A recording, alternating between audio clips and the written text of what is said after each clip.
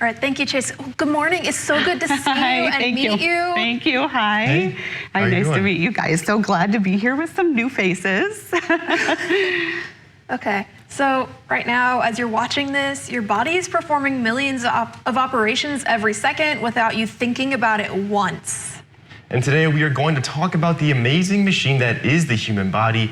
Joining us this morning is Nurse Christina Paris. So Nurse Christina, what can you tell us?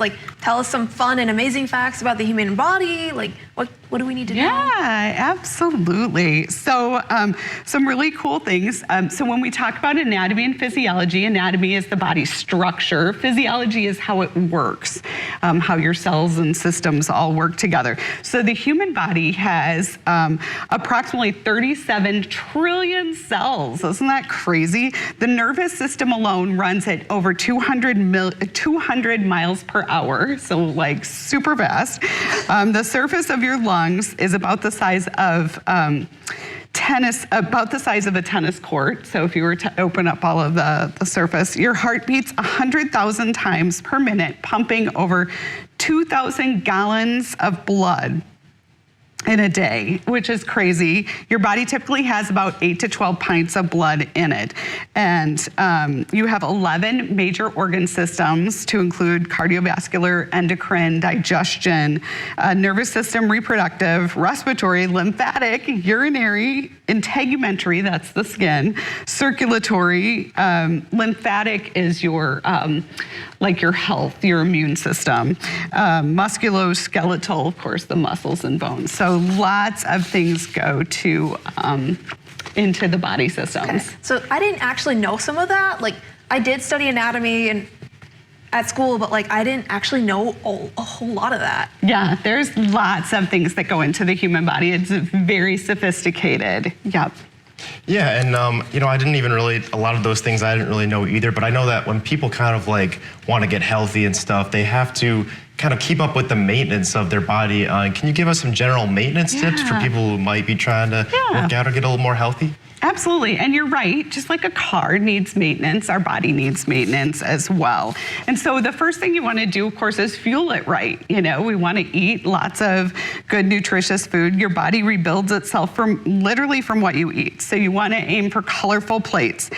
Different colors mean different nutrients. Proteins repair your tissues and muscles like eggs, beans, fish. Fiber, which is really good for your gut health, and that's like whole grains, fruits, and vegetables. Hydration. So our body is 60% water. So you are what you drink. So you want to make sure you're staying well hydrated. And then even, since we're in a rural area, eating home cooked meals is really good. Move it or lose it. So you want to stay really physically active. Aim for 150 minutes per week. So that's like 20 to 30 minutes a day. Just walking. Honestly, anything is better than nothing. Right now we're out doing a lot of raking and cleaning up of our yards. So those are great ways to stay active. And then sleep. Your body needs sleep to recover. That's when it does all of its best and deepest repairs. And you need about 7 to 9 hours of sleep a day. And then, of course, managing stress, because we know cortisol is bad. It causes a lot of inflammation in the body. So you want to make sure that you're managing stress and asking for help when needed. 5 minutes of deep breathing is really a good way to kind of minimize your stress. And of course, limit smoking, alcohol, sun protection, things like that. Okay, and you said 7 to 9 hours of sleep. What if you get just a little bit less? What can happen? What are some long-term effects? So, well, over time, it's going to affect your memory. People will feel fatigued. Their bodies just aren't energized and ready to go. And so it can just, over time, it can cause a lot of issues. Okay, so if it's just a one-off, is that okay?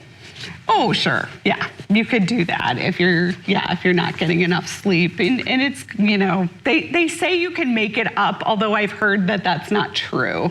You actually do want to get a good night's sleep as often as you can. So you can limit your caffeine intake before bed, limit your screen time or anything that's going to get you get your mind going, and make sure that you keep your room quiet. They say if you can't can't sleep at night, you should actually physically get out of bed and go somewhere else, because the bed should just be for sleeping.